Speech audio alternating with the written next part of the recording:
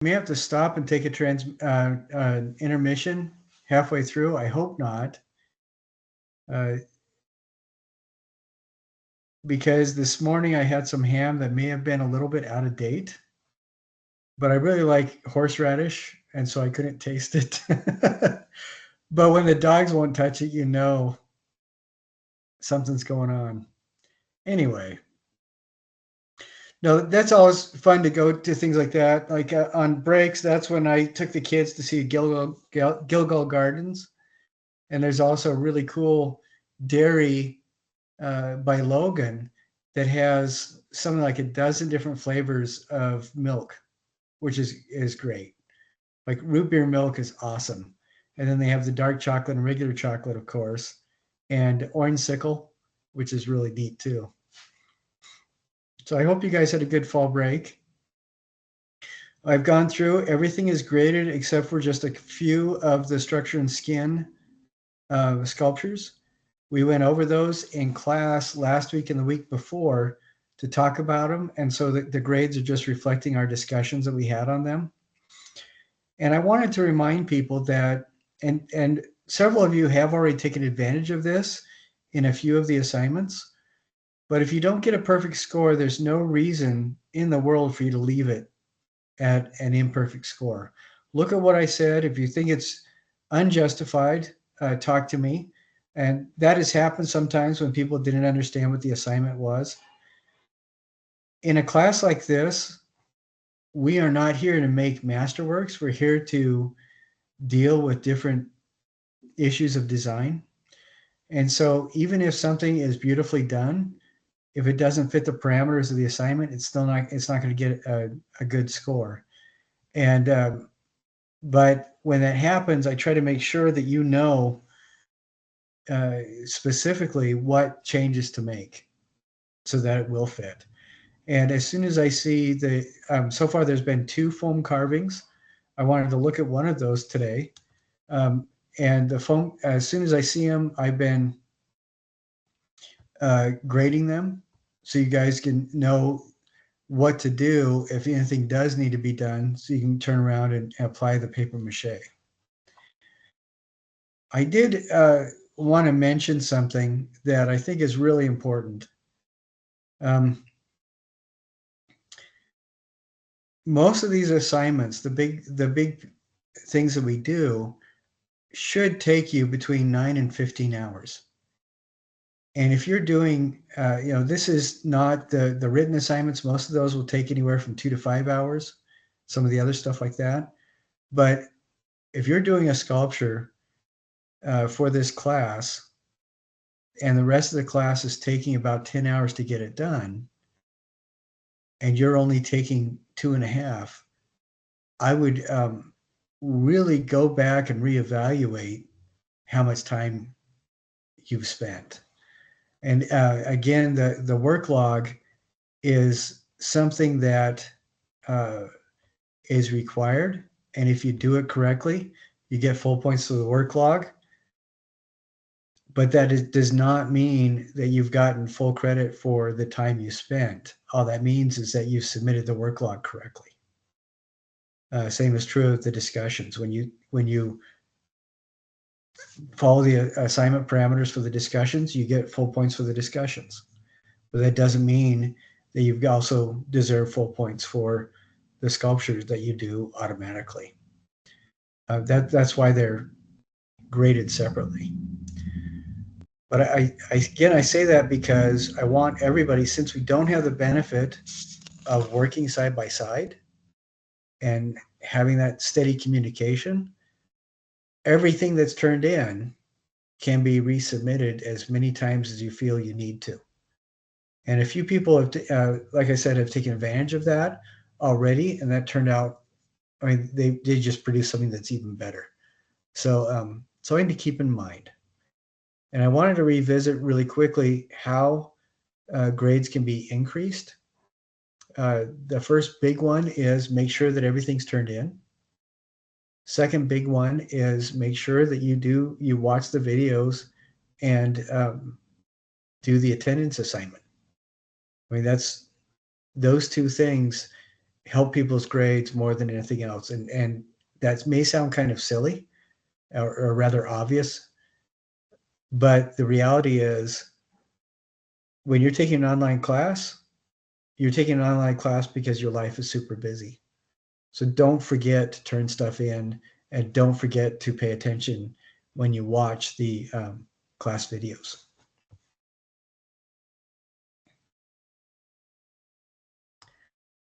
I was going through the quizzes as well. Same kind of thing with the quizzes. If you're missing any points, the easiest thing to do, I'll tell you which ones you've gotten wrong. Look at my responses and go back and fix them.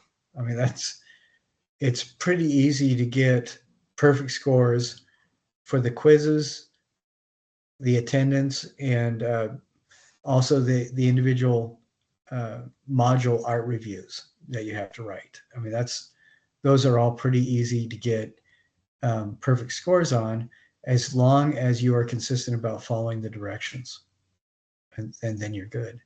I think this last batch of artist reviews about some of the artists, there were some points missed because people did not address all 4 of the pairings. And the 4 pairings are interior and exterior forms, positive and negative forms, dynamic and static forms, and then surface and interior forms. And so, or exterior and interior forms. Many people did those perfectly fine. A few people, though, missed one because they described one and just forgot to describe the other. So again, it's pretty easy to go back and fix that on the quiz. Not a big deal. And if it's on the artist review, the biggest 2 things were missing one of those, and then the other was not including an image in your paper of the object that you're describing. That's part of the assignment as well. Several people turned in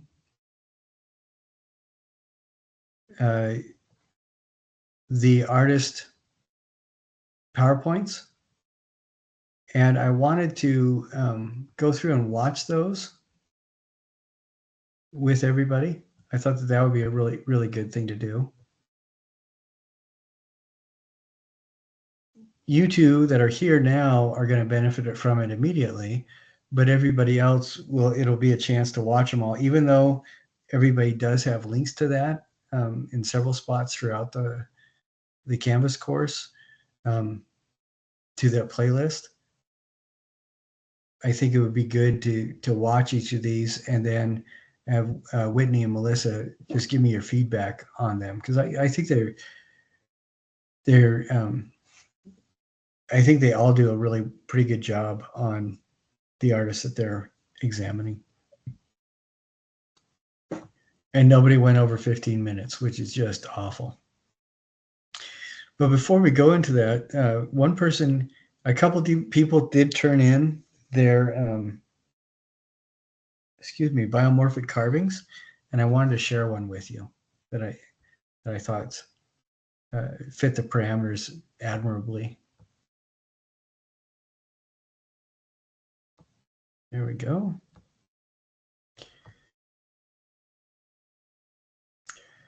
A couple reasons why I like this is that, let's see, I'm going to bring it down just a little bit. Okay, now Whitney and Melissa, can both of you see this?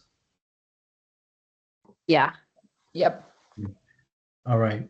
A couple of things that I like about this is we have very smooth flowing gradated curves. You have the hole coming in, and you don't have sharp lines going anywhere. Now, foam is notoriously difficult to sand it down so it's totally smooth, but this person did a really very good job doing that. A lot of this is smooth enough that I think it's just ready for paper mache. And I like how, looking at the shadows, like these 2 nodules seem to come forward towards the viewer. This one goes away.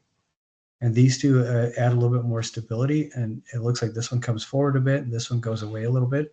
I like that playing with the plane, so it's not all flat. You are limited a little bit by the shape of the block of foam that you have.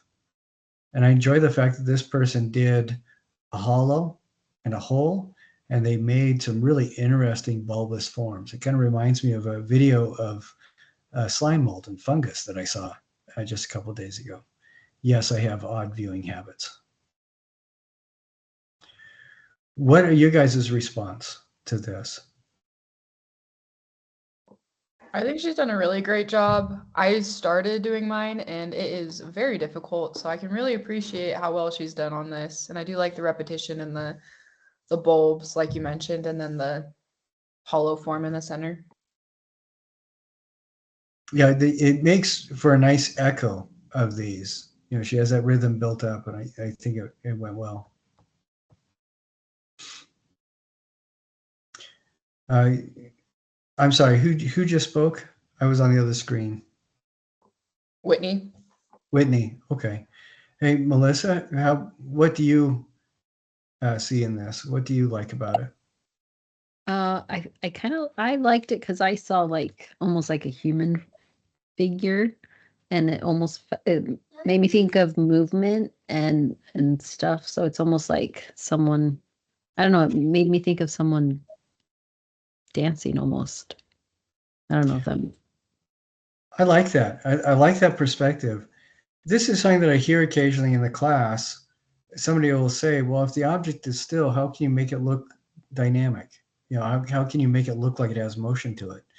And I think what Mary did here is, you know, she had the rhythm of those nodules going around.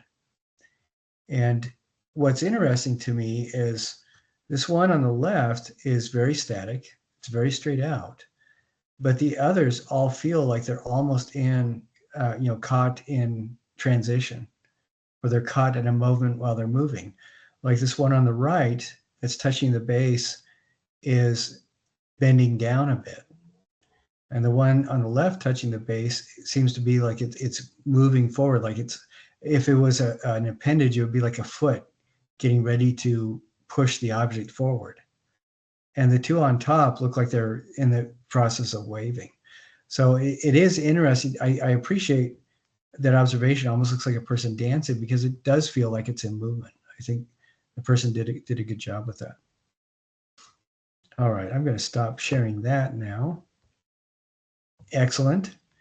I also wanted to mention before we go on to the videos, I wanted to mention that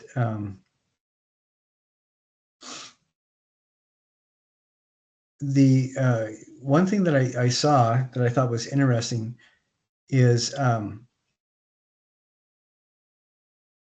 three most common issues with the annotated bibliography. And I wanted to talk about that for just a second. One is that the MLA format was not adhered to entirely. And that's a simple fix. You have several different resources you can use to get that worked on. I would not recommend going to AI to have that help you, but use one of the links that I provide. And you can even look up, how do I do an MLA citation? Or look for MLA citation engine. And you can find lots of different things. Along with that, at the end of each thing needs to be an accessed on date. And that phrase can look like accessed the date, accessed on the date, either of those. And then just make sure that for each of your 5 citations, you've used the same access formatting. And then one thing that is really common mistake that is really super easy to fix is that they need to be in alphabetical order. It doesn't matter for the annotated bibliography in this instance, unless you are doing a different sort of paper, the order is not paramount other than it needs to be in alphabetical order according to the first letter of the citation. Numbers go before letters. And if it is the name of an organization or a museum, like the Met Museum, That is treats to be treated all as one word. You don't do Met Museum, comma, the. And some of the citation engine websites, their AI doesn't figure that out correctly, but like I said, it's an easy fix.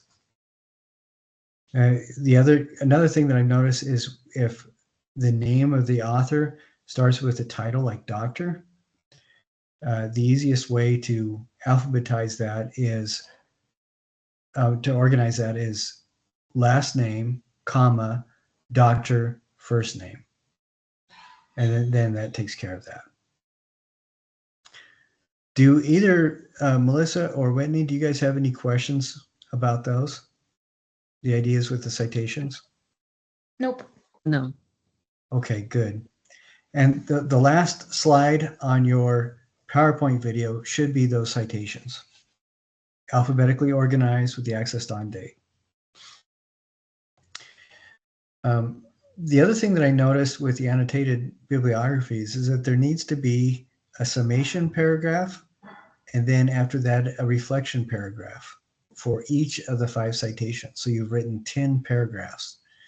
The summary paragraph can be 3 to 5 sentences, and the reflection paragraph should be, for most things, about 5 to 8 sentences so you can get your ideas out.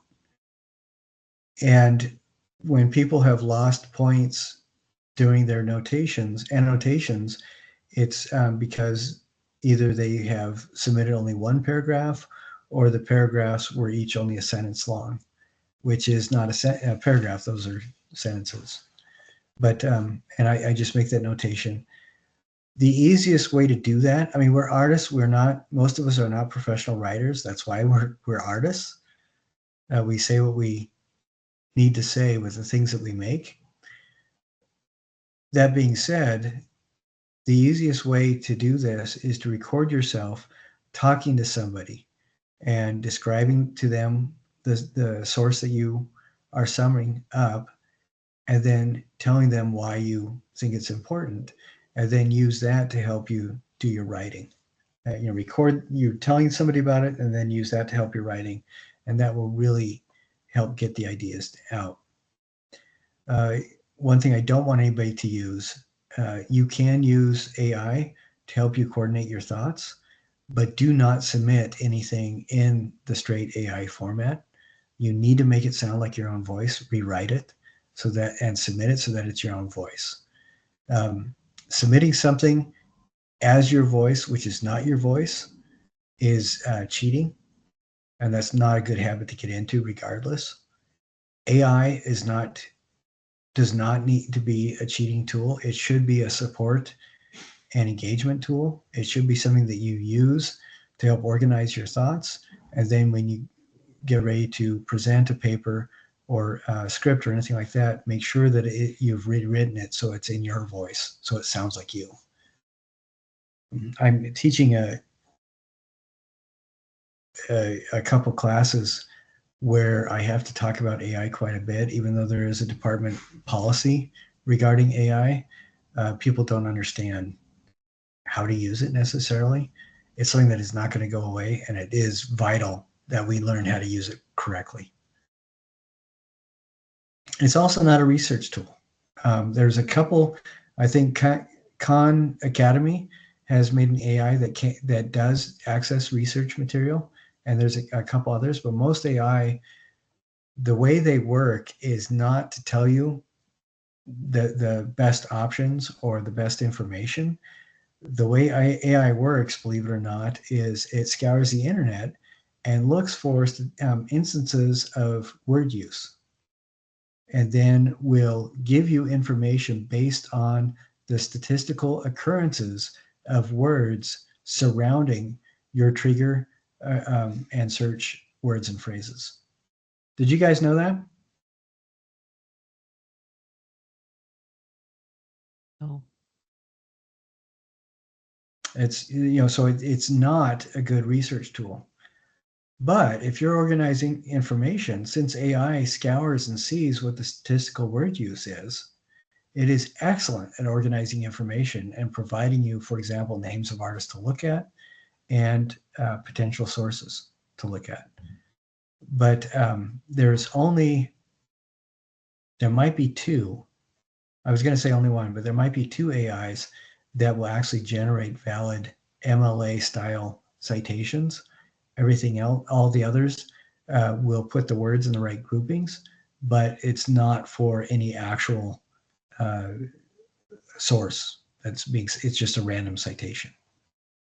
So anyway, blah, blah, blah. Now that you slept through that, everybody wake up again.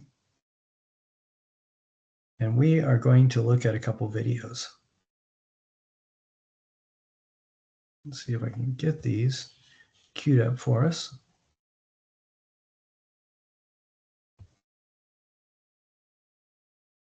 All right. Okay. This first one is on Ann Weber.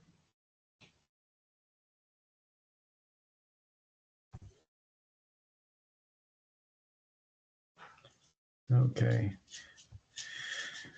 All right. Can you folks see the video? Yep.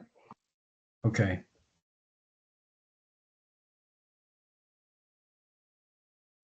Okay, so the artist that I chose, her name is Ann Weber. She is a sculptor and artist.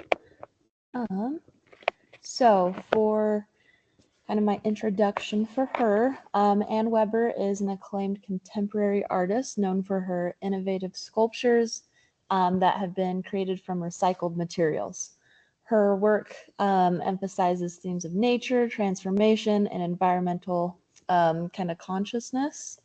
And the materials she uses primarily kind of recycled cardboard, paper, and really just any other found materials. And then her technique, she focuses on cutting, folding, and kind of layering these like found materials and cardboard to create complex forms.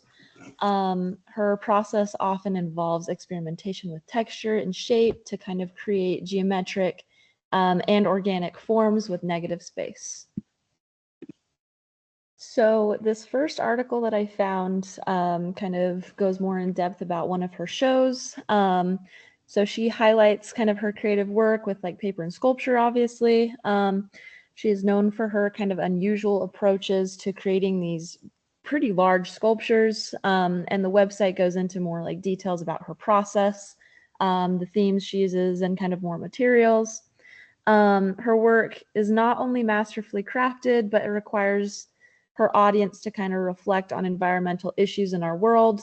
And then the website kind of really just talks about this one kind of show, which the environmental issues is kind of like the theme of this particular show. And so I really appreciate the images of kind of her work in this article. I can kind of see like really her variety, her true style, and even the scale of the sculptures that she creates. I can tell that lots of time and thought are put into the sculptures. And then I also did notice that she kind of has some of her work hanging on the walls, and then some are freestanding. So I thought that was kind of cool to see that variation. Okay, so that second article I found, it's one of her exhibitions, I think titled Love and Other Audacities. And it showcases her talent in taking recycled items and creating like really stunning pieces. Again, focusing on like shape and form, and focusing on themes of love, resilience, and experiences that humans have. So something that I picked up from this article is that Weber likes to explore kind of all areas of love throughout her work. And I also learned that she started her career out in California and originally was exploring kind of the medium of clay. And then after working in ceramics for a while, she kind of moved to cardboard because ceramics and like clay was too expensive. So I kind of just thought that was a little bit interesting. So this third article I found, it's a really pretty important article because it gives us kind of a detailed biography of Weber's life. It outlines her background, upbringing, kind of artist journey, and all of her different achievements that she has kind of reached throughout her life. and there are definitely a lot. And then this site is kind of more just like a list again of achievements, awards. But I did think it was very interesting to kind of learn more about the background of this artist. And the website did include a short biography. It did have education, awards, and residencies, public and private art, solo exhibitions that she's done, group exhibition, catalogs, reviews, and just different collections. So that was really cool kind of to learn more about. This fourth article was actually the people that wrote it did like a studio visit with Anne Weber herself. This kind of gave like readers a close-up glimpse into her artistic processes and showed us her workspace, techniques, tools, kind of sculpture she was in the process like of working on. And this was such an interesting article because it just interviews Weber personally, so you can kind of get like her firsthand like take of everything. And there was one part of the article I really enjoyed, which was when she was talking about not giving herself limitations with her use of space. Okay, so then the last article that I found, it switches from kind of cardboard sculptures to showing how she has contributed to the field of like fiber arts and kind of just sculpture in general. Her work kind of challenges traditional fiber arts work and cardboard sculpture, just kind of all of that like combined into one. And then I kind of have noticed that like throughout all of her work, she did use like a wide variety of colors, which lots of like different cardboard strips have been used to kind of create her forms and to bring out these different colors. And then lots of negative space. So yeah, lots of negative space throughout her sculptures has been used. And then again, the kind of organic and geometric components, depending on kind of what themes she's using and kind of what show she is kind of in. So kind of in conclusion, her dedication to her craft and her innovative use of materials have made her a prominent figure in contemporary sculpture. And then her works are a really great testament to the power of art in addressing critical issues in our time, focusing on hard themes, and particularly focusing on sustainability and environmental stewardship. So these are the sources that I used, and that is the end of my PowerPoint. All right, great.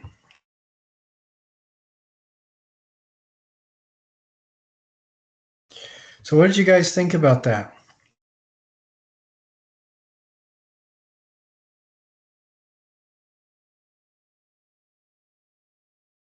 I think she was really good at being very thorough, kind of talking about themes and the artist's kind of themes and context that she has and some of the materials that she uses and her process and all that. Do you get a sense that now you could look at something and if it was done by Anne Weber, you'd have a pretty good idea? Either it was one of her works or something inspired by one of her works? Yeah.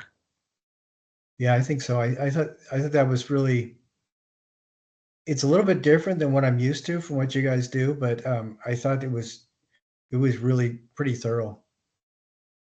How about you, Whitney? What did you think about it?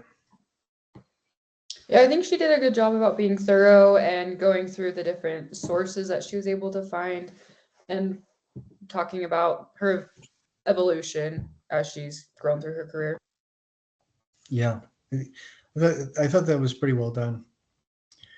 All right, we are going to go to another one. Now, these are just in the order that they're showing up in the playlist on our channel. So let's see.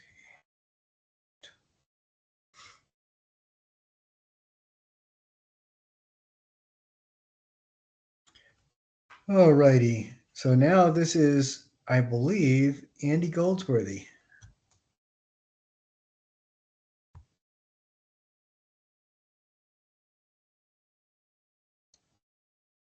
Andy Goldsworthy is a renowned sculptor who has made significant contributions to the world of art through his unique approach to using natural materials. Andy Goldsworthy grew up in the UK and studied at the Bradford School of Art, where he began to develop his artistic vision. He is a father of 4 children and often collaborates with his daughter on various projects, which highlights the importance of family in his creative process. During his formative years, he worked as a farm laborer when not in school, an experience that deeply connected him to the land and the natural world. After school, Goldsworthy also worked as a groundskeeper, further enhancing his skills and understanding of the environment. His art is profoundly influenced by the changing weather and seasons, allowing him to create pieces that resonate with the natural cycles of life.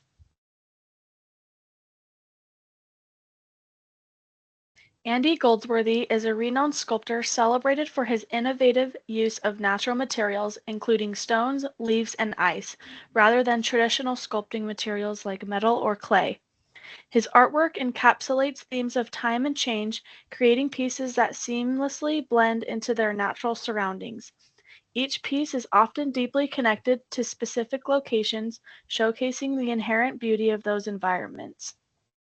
Goldsworthy's work conveys a touching message about stability and instability, illustrating that while some elements of nature endure, others are brief. He began his journey in outdoor art while still in school and later honed his skills as a groundskeeper. A notable piece of his, The Garden of Stones, symbolizes survival and hope, reflecting his overarching belief in growth, which remains a central value throughout his artistic practice.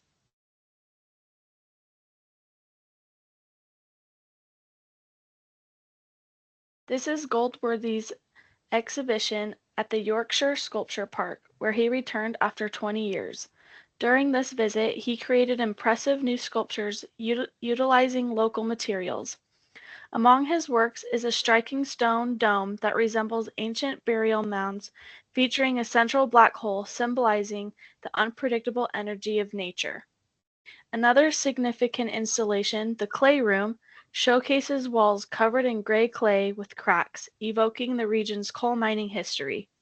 This exhibition not only highlights the history of the landscapes, but also serves as a celebration of the park's 30th anniversary.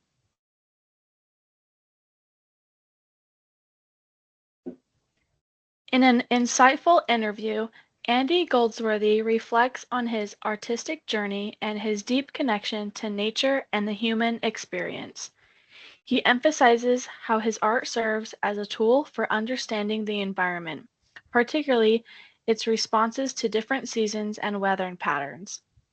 Goldsworthy also discusses the interactions he has with people while working outdoors and notes the contrast between how the public perceives his art versus his own interpretations.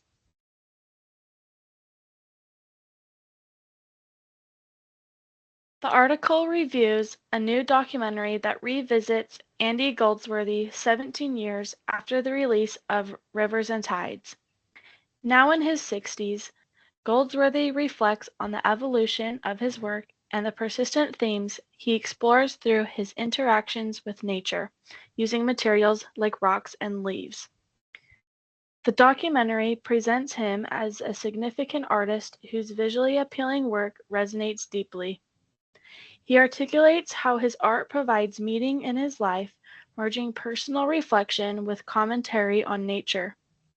However, the film does not delve into the political dimensions of his work or the complexities of his creative process. Notably, it overlooks how he funds his projects, an essential aspect as many artists face financial challenges. Understanding this context would greatly enrich the narrative of his artistic journey.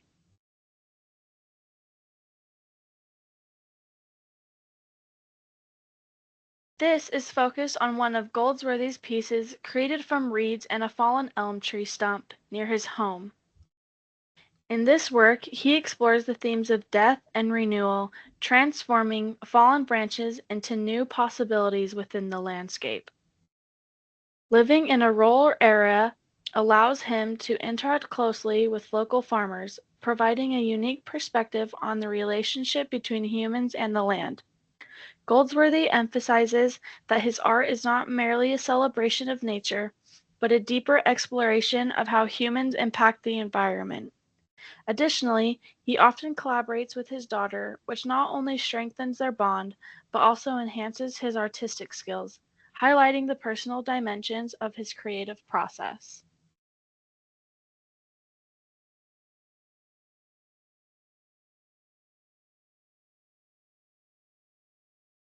Thank you.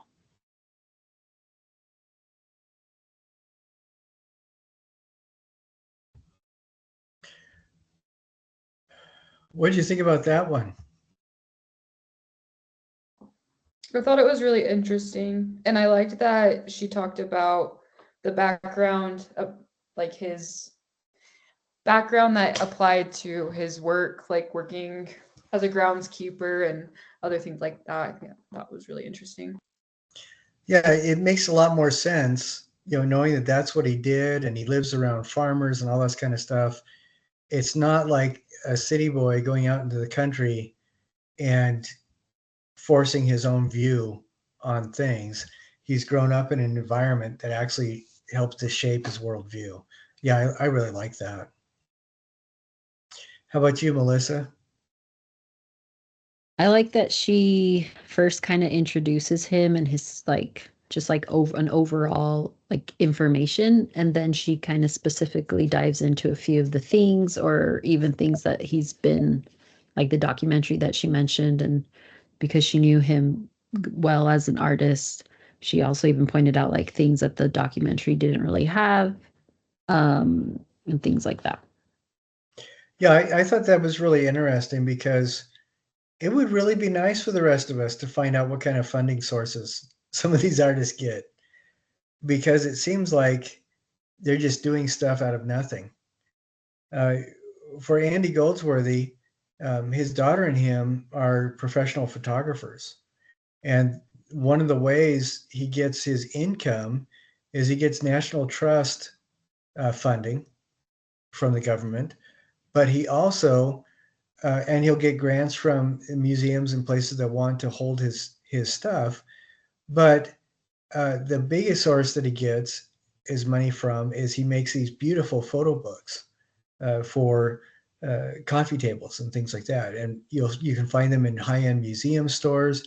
They're absolutely gorgeous because he and his daughter will take really nice, high-quality photos of what he does, and sometimes they'll have reflections near him and things like that. But people will buy those books, and that's how he generates a lot of his income. So look up Andy Goldsworthy on Amazon and see what kind of books show up. There's a lot of really interesting things that he's done. But that's not something that you typically think of, because you think, okay, an artist produces art and you sell your art. And it's very difficult for him to do that. And so I like the fact that she brought that out. I thought that was good. All right, we are going to look at another one now.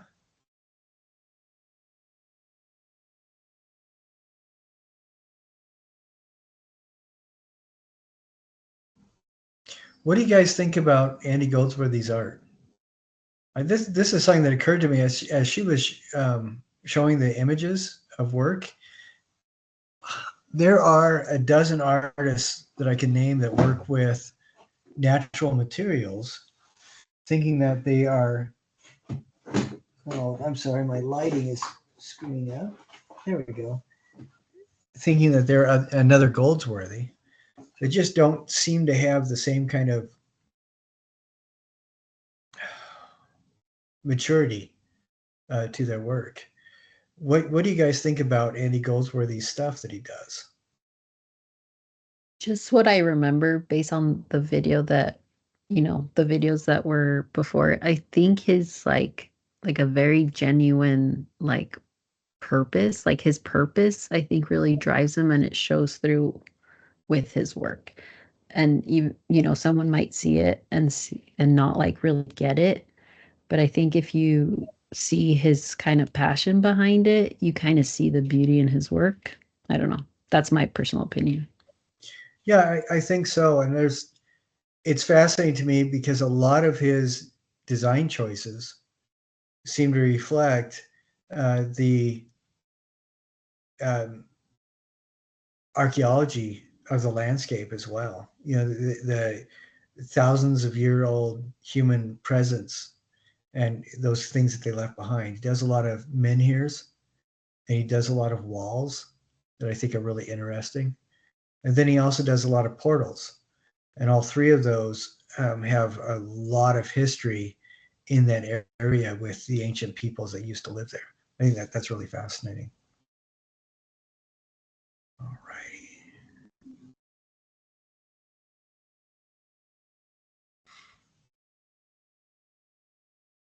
Okay. This is Martin Sen.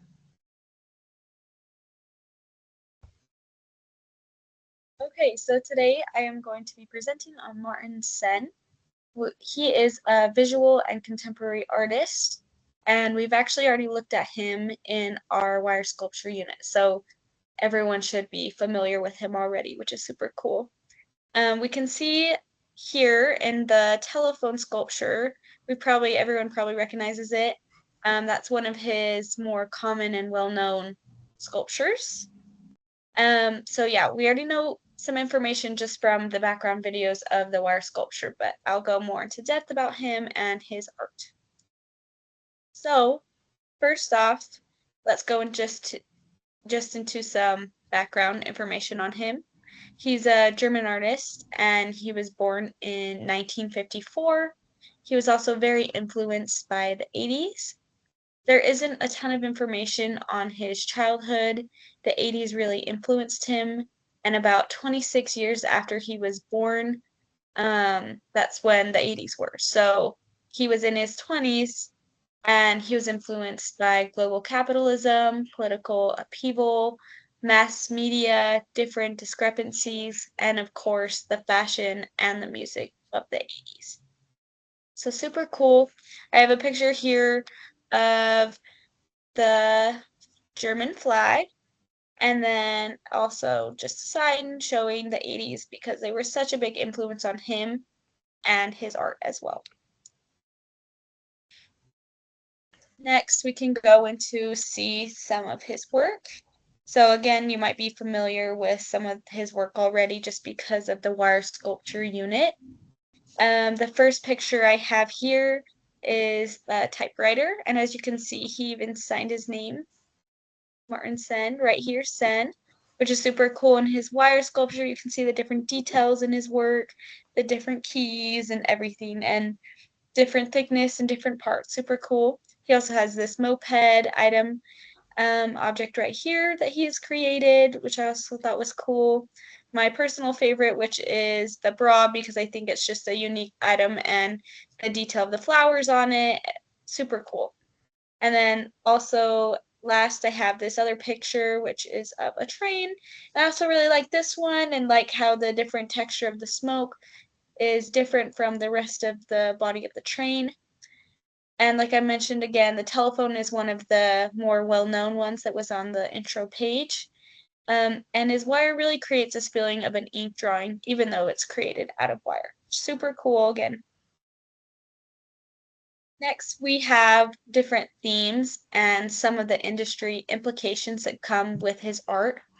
So with some of his themes, he has retro wireframe sculptures. So that's what we saw just in the last slide. Just they're all wireframe sculptures. It's also expressive sketch-like art because it creates a sketch-like piece that you wouldn't think would be wire, which is super cool with the way he handles the wire. And then the last theme is that he uses organic metal sculptures. So as we saw from the last slide, it was all metal sculptures. And then some industry implications, he uses design, art, and then retro collectibles. And this goes back to his influence in the 80s. All of his retro items and objects that he chose comes back to how he was influenced from the 80s. So again, super cool. And sorry, I am a little sick, so you can kind of hear that. Next, we'll go just into some spotlights of him as an artist and his position as an artist in the world. So first off, we have this picture of a map, and it shows his shows by region. This dot is Europe, and all his shows has been in Europe, and specifically in Switzerland and Germany. So you can see that right here. Then we have exhibitions by type. He has 11 exhibitions, and those are all group exhibitions. He hasn't done any solo exhibitions or art fairs, it looks like. And then exhibitions by institution type. Looks like he's done one gallery, and then the rest have been other different types of exhibitions and institutes, which is super cool. And like I mentioned, yes, most were in Switzerland and Germany, but more were in Switzerland than Germany. So most were in Switzerland. His art was also ranked most notable in 2017, and the most notable change of that rank was in 2011. So there's also some similar artists. So there are a ton of artists out there that use wire, but there was a certain website that was comparing two specifically, which was Martin Sen and then Rachel Ducker. And they both use wire to create their pieces, but Ducker focuses more on human form and nature. She'll occasionally will do objects as well, and she doesn't like to title her pieces and to leave them open to interpretation, so that's why she doesn't title them. And Sen creates more of a volumetric form, whereas you can see Ducker uses the wire to create more of a solid form, but it's cool to see their different handlings of the wire. And then last, I just have my works cited page, and I just use websites like ArtFacts, Artland, My Modern Met, Trend Hunter, and then the website comparing the different artists. And that is it.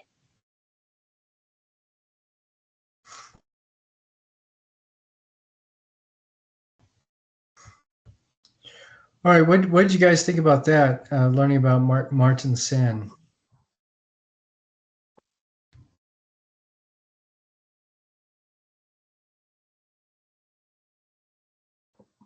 I like that she showed a lot of his work and then talked about the parts of it that she liked, like the different line weight and things like that. And then I thought it was cool that she pulled another artist that uses similar media.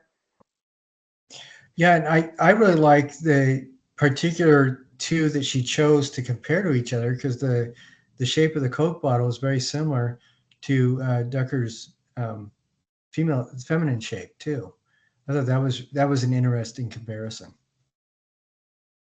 and you can really see the difference with Martin Sen using just enough to get across the idea of the sketch, so you could recognize what the object was, and then the other person was using an awful lot to generate texture and weight.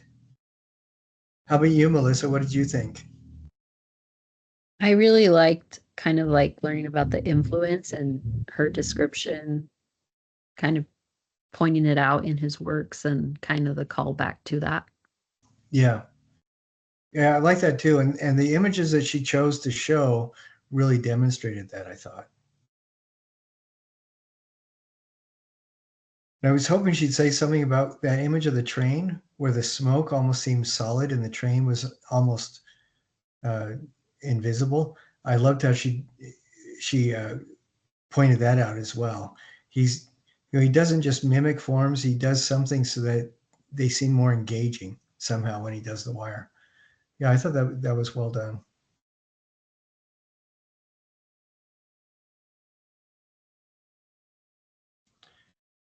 Okay, moving on to the next one.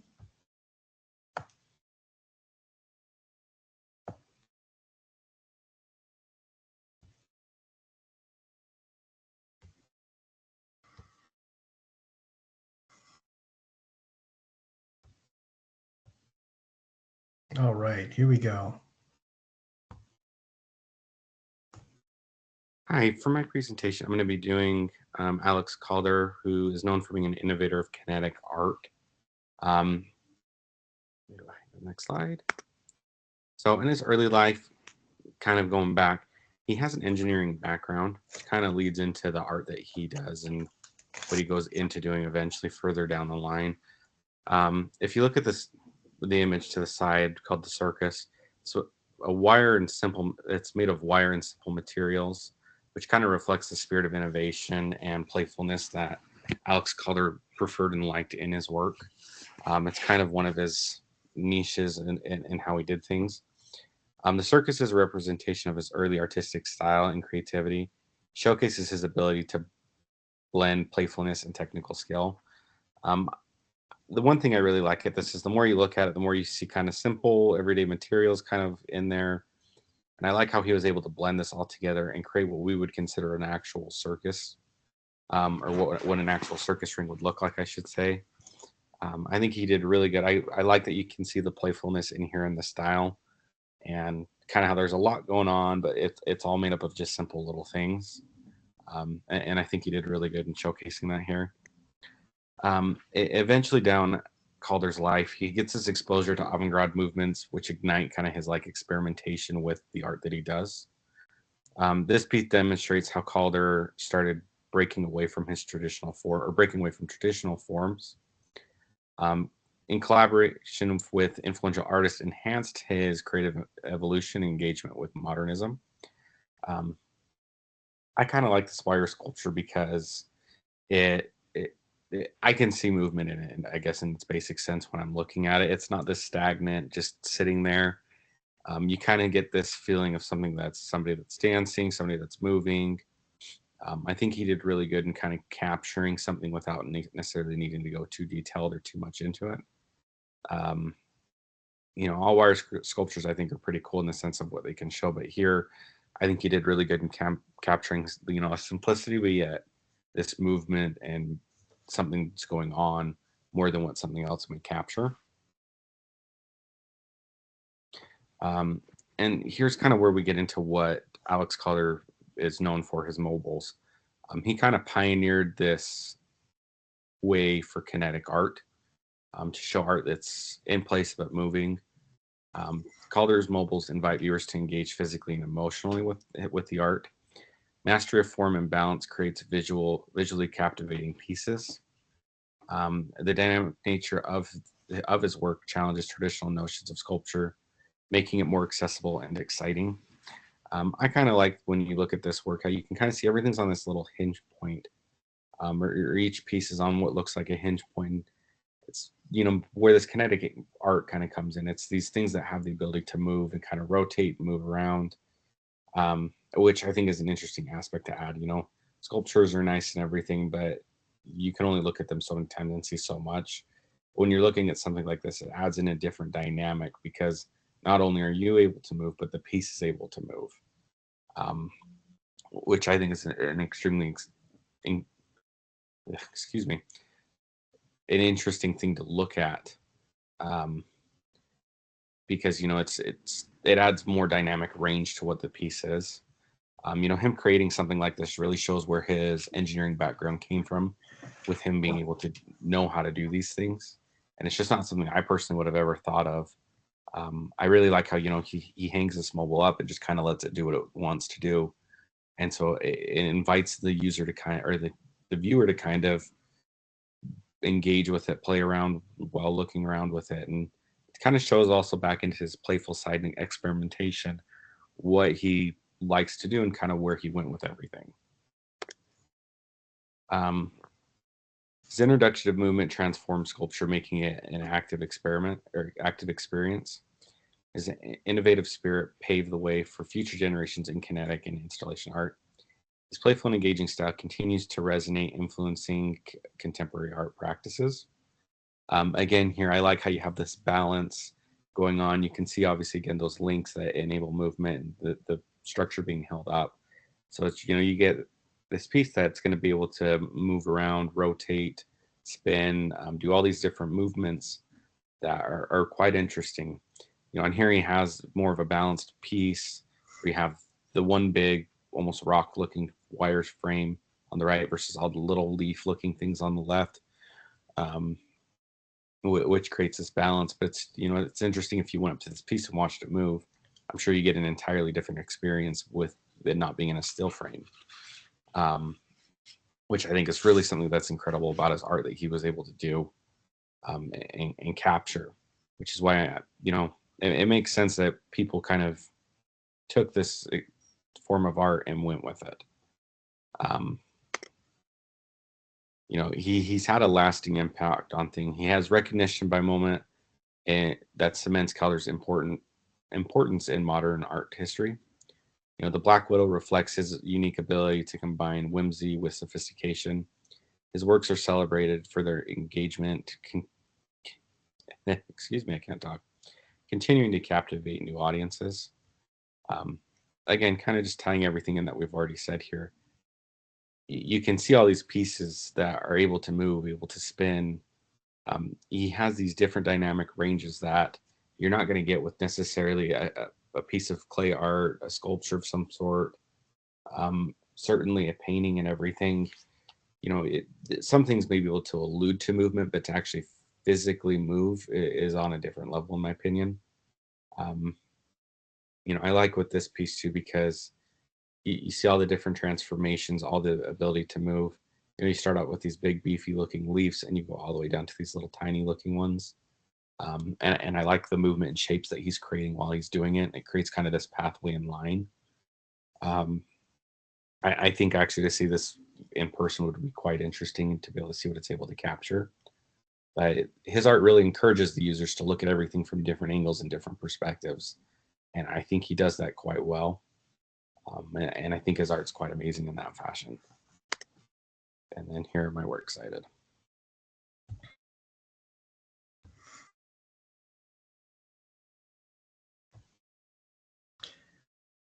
So what did you think about Riley's there on Alexander Calder? I liked that he did mini critiques of the art he was showing. He was describing it and then what he was thinking of it and the impact it had on him. So I thought that was interesting. Yeah, I thought that was really cool.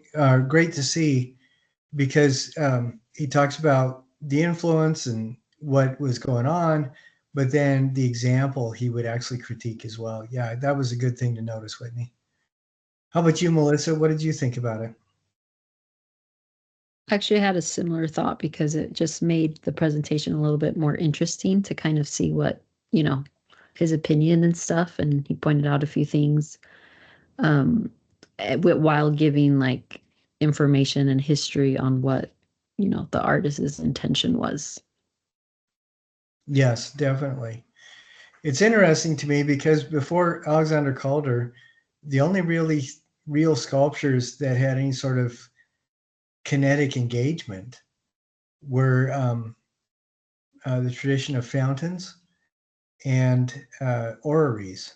Those are the solar system models that people would make, that artists would make. So, and relatively recent, that second one is relatively recent. It's only a couple hundred years old. Fountains have been around for a couple thousand years, but it's astounding because Alexander Calder was the one who gave us things like mobiles. And you've probably seen those videos on YouTube of the huge sculpture park things in China, for example, where two figures that look like almost ghostly human figures will seem to engage and rotate away from each other, and then rotate towards each other, engage, and rotate away. And that kind of thinking is directly attributable to Alexander Calder and what he was doing 60 years ago. I think it's really interesting to see how far that's happened. But yeah, I thought Riley did a great job on that.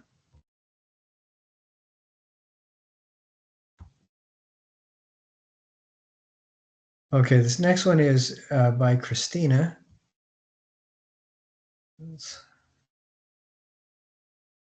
We only have like one or two more, I think, after this one. Are you guys okay with this? I just thought if we were doing a regular class this week, this is what we'd be doing in the class. We were talking last week about the organic biomorphic forms. And this week, I think it's scheduled to be due coming up pretty soon, but I don't want you guys to pay too much attention to that. What I want you guys to do is work on your biomorphic carving. Submit that to me as soon as you can so that I can critique it, and so that then you can apply paper mache. And then next week we're going to be launching into our color and texture tiles. But I thought it would be a good idea to go over these as a group so that everybody gets a chance to see them. Because let's be honest, most of us are not. I am, because I have to, but most of your peers are not going to be going out of their way to look at your video. Sadly, your family will. Hopefully, your friends will if they want to remain your friends. But I thought it would be good to go over this in class. Is that all right with you guys, Melissa and Whitney? Yep. Yeah. Okay, good. Okay, so here's Christina's.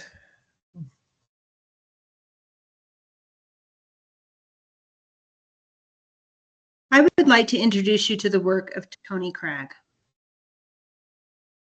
Tony Cragg was born in Liverpool, England in 1949.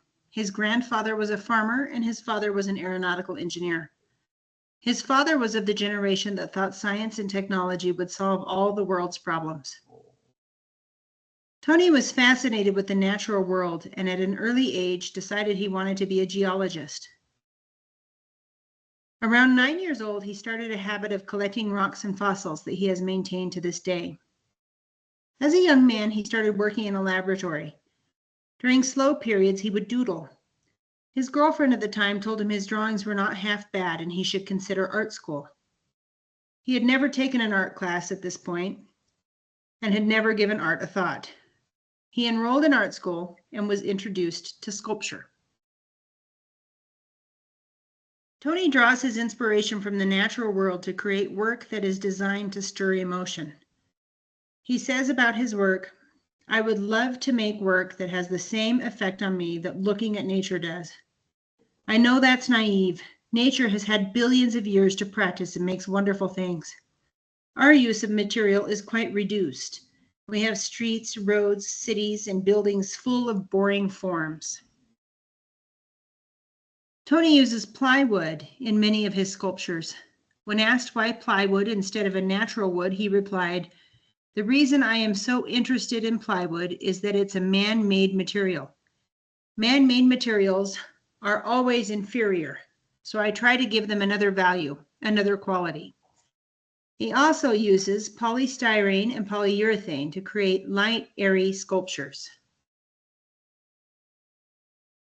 Tony has a large studio in Germany where he has made his home. He has a team of assistants to help him keep up with the workload, but oversees every detail himself. He has 34 pieces in progress now. Many pieces will be in the studio for 2 to 3 years. Some pieces may never be finished, and other pieces he started a week or two ago. When asked where his ideas come from, he replied, "I don't know if ideas are particularly useful in art." He works a great deal in steel. He always likes when the foundry tells him something cannot be done because he knows no one else has ever done it.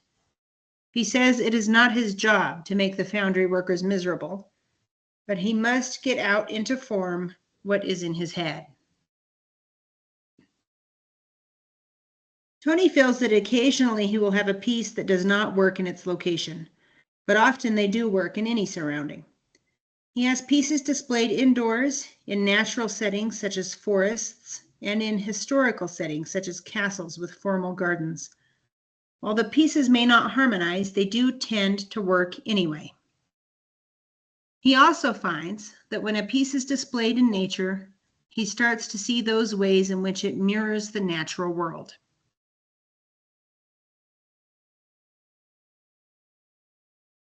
Tony is 75 years old and says there is no time to be lost.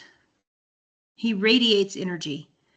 When asked if he ever takes a day off, he responds, "I am taking a day off when I'm working. I'm doing what I want to do." He has gained an international reputation. His work can be found from public gardens in Tokyo to the atrium of a European bank's headquarters, and has a price tag to match the reputation. While working with various materials, he tries to find something within the material. If a form emerges that intrigues him, he will pursue it. If not, he moves on. The pieces he creates are reminiscent of natural forms, but with an otherworldly quality. His love of nature and science is readily visible in his work. Tony Cragg is one of the world's most distinguished contemporary sculptors.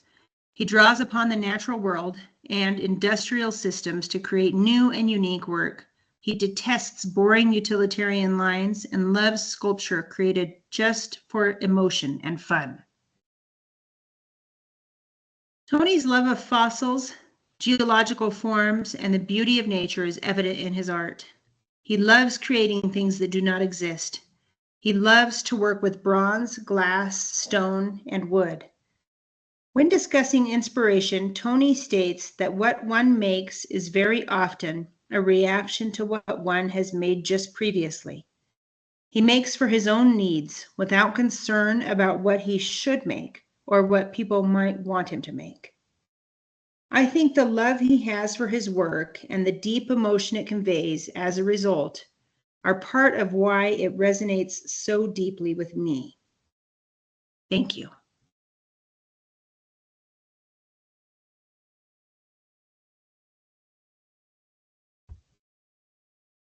Oh, sorry. I thought I turned that off.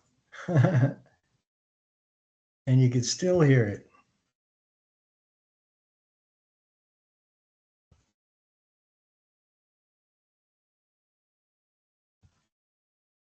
So what did you guys think about that one? I thought it was really kind of interesting to have that one so soon after Andy Goldsworthy, because I thought even though the two are, it would be difficult to see how farther apart they are, I felt that there was still something of a resonance between them. What did you guys think? I think you really get a sense of the artist himself, like through this presentation. Like you really get to know like what kind of almost like even his personality through the way Christina just really like presented him, which I really appreciated because then you understand his work, his themes, and a little bit of his lifestyle and stuff. Well, and I like the quotes that she picked are really good. I think one of my new favorite quotes is, "I don't think ideas have much of a place in art." I like that. What did you think, Whitney? Yeah, I thought it was really cool to hear the philosophy behind a lot of his work and his process. And I totally just lost my train of thought. But yes, his philosophy and process was really cool. Yeah, I thought that was neat. And what he said about every day that I'm working, I'm taking a day off because I like it. It's interesting because each of these presentations, the person making the presentation finds a different element to focus on about the artist that they're doing. I think that is really interesting.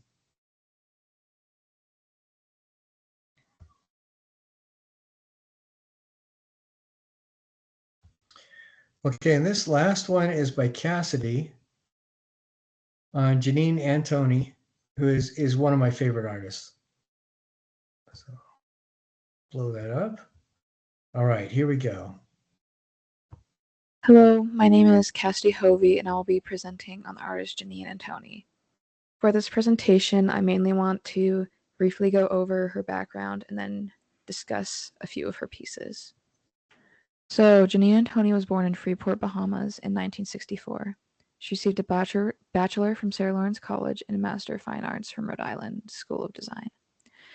Antoni has exhibited at many institutions and museums, such as the Whitney Museum of American Art and Museum of Modern Art, just to name a couple, as well as received several awards for her works, like the Irish Museum of Modern Art Glenn Dimplex Artist Award in 1996 and the New Media Award in 1999.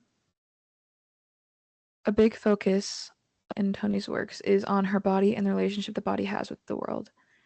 And with that, there are many feminist ideals that can be found. She mainly focuses in sculpture, performance, and photography. And Janino Toni typically uses unique materials such as soap, chocolate, hide, lard, etc. And the process of Janino Toni's work is just as important as the final product. Something that she typically wants to show is unconventional acts in her work to kind of bring more interest to the viewer. One of the pieces I want to talk about is Lick and Lather, made in 1993. How she created this piece was she made a mold directly from her body and cast herself several times in chocolate and soap. And then she would, over time, start licking the chocolate and washing with the soap to reshape the bust. The overall purpose of this is to question the classical beauty standards that you see in typical Greek busts. And so she does this by using everyday materials and using basic rituals to kind of bring yourself back to your body and for the viewers to have a empathetic relationship to the process. The next piece that I wanted to briefly go over is Loving Care, made in 1993. This was more of a performance piece where Janine Toni would mop the floor of her gallery with her hair that is covered in Loving Care hair dye. She states that it was very vulnerable to be there on my hands and knees mopping the floor, but it was very empowering to push people out of the room. So the main purpose of this piece was to kind of slowly claim the space and have people exit the room. The next pieces that I want to talk about is Touch and More. More was made in 2001, Touch in 2002. So the main purpose of these pieces was to show a connection back to her home in the Bahamas. So for More, the material that she used embodies personal memories and stories that she has from friends and family. She did this by creating a rope made out of materials that were gifts given to her by family and friends. Touch is another piece where she records herself walking a tightrope on the horizon line of a beach in front of her childhood home. The purpose of this piece was to essentially walk on the horizon line in front of her childhood home in a place where her childhood imagination would run wild. Like mentioned before, these two pieces are representations of her life back in the Bahamas, and the location itself is meaningful. And with the Touch piece, she said in an Art 21 interview that in her performance pieces, she worries that the viewer would identify with herself, the performer, rather than the relationships with the object and process. The main thing she kind of wants to do is to have people take away from the objects and performance and think that, for this piece example, if they can walk on air, they can walk anywhere. So where would they walk?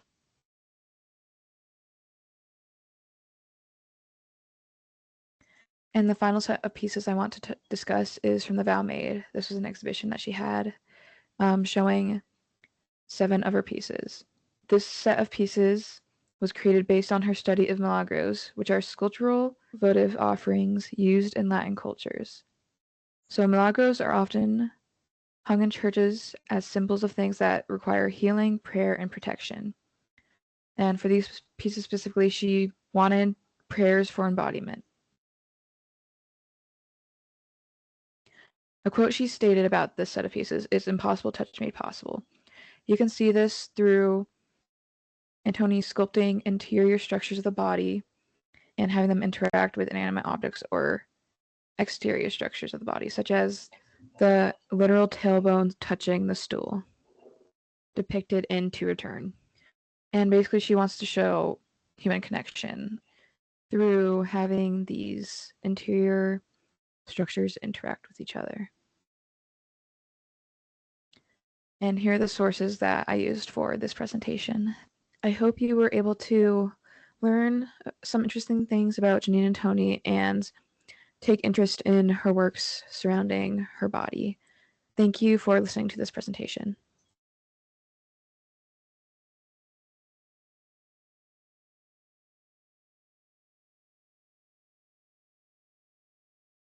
What did you guys think about that?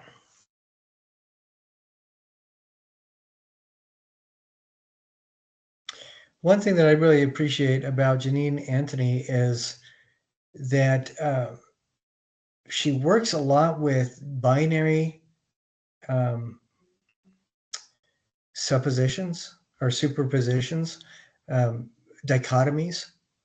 Like she did Lick and Lather. She did another one called Gnaw, which was she had a big cube of lard and a big cube of chocolate. And during the course of the exhibit, she would gnaw off portions of the lard and portions of the chocolate. And during the night, she would have the chocolate refashioned into beautiful looking chocolates and the lard refashioned into really gorgeous makeup. And I love the fact that she does these things that demonstrate not quite opposites, but two perspectives of the same kind of thing. And I really appreciate what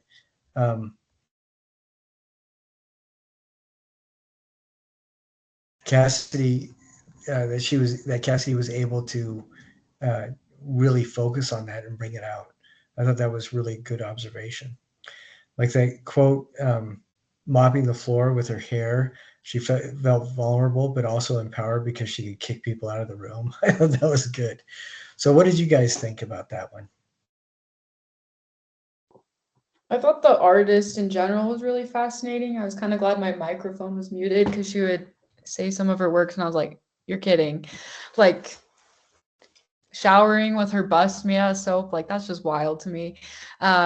So I thought Cassidy did a good job explaining her performance pieces and her sculpture pieces and all of that. All right, good. How about you, Melissa? Yeah, I think she did a really good job overall showcasing like the artist's work and kind of just showing its, I guess, how impressive it was, but at the same time kind of giving you the artist's kind of process and kind of context behind it. Yeah, that it was fun to see. So I like what people are doing with these artist presentations and the time. These are all 5 to 7 minutes. I think that's absolutely perfect. That really feels right. And so as you guys move forward to finish these, to accomplish these, please look at these as examples of what can be done. Not necessarily copying them, but whichever ones that you like, that you resonate with the most, maybe that is a style to kind of inform how you do your own presentation. So, and each of them have been very distinct. So I really like that. And to be honest, all the artists that are covered on that list, we picked them because they're our favorite artists, or that's one of the reasons. And I love the very eclectic mix of perspectives. All right, as we wind up next week, we're going to be looking at some of the biomorphic carvings that people have done and submitted. We'll talk about them a bit. But then I also want to talk about the color and tile because that will be the next thing that we launch into. So, and I think I want to, I hope you guys are there. Remind me because I would like to go over the quiz as well. That seemed to help. And it's interesting because the people that did submit their quizzes before the class discussion and those who submitted after, you can really tell who was watching the class discussion and who hadn't managed to, who wasn't able to. So do we have any questions from either of you today as we wind things up? No. How about you, Whitney? Because you said you were doing the turnaround of the grading for the biomorphic abstraction pretty quickly, so we could put our paper mache on. Is that going to be like in addition to that grade, or is that a separate assignment that will be graded on? The carving is its own grading, And the reason why I'm doing a turnaround is that if you do need to sand it more or need to alter the form, that's when I'll tell you what to do with that. The paper mache isn't due for another couple weeks, Okay. but I want you to have time to make the adjustments necessary so that you're ready to do the paper mache. So they are two separate assignments. Okay, perfect. Thank you. You're welcome. Now, have either of you already submitted the PowerPoint? Yeah. Okay. How about you, Whitney? Have you already done it? Yeah. Okay. All right, great. So this will hopefully help the people that haven't submitted yet. And I think there's only a few. Most people have. There might be more than a few that still need to submit. But if we have time next week, I want to go over a few of them as well. All right, folks, thank you so much for joining me this week, and I look forward to visiting with you next week as well. I'm really glad that Melissa and Whitney, you were both able to be here this evening. It means an awful lot to me because it's so much easier to talk to somebody who's actually there rather than, somebody who's pretend. So I do appreciate that. Thank you, and I hope you guys have an absolutely wonderful week and weekend, and I look forward to visiting with you next week. Thank you. Thank you.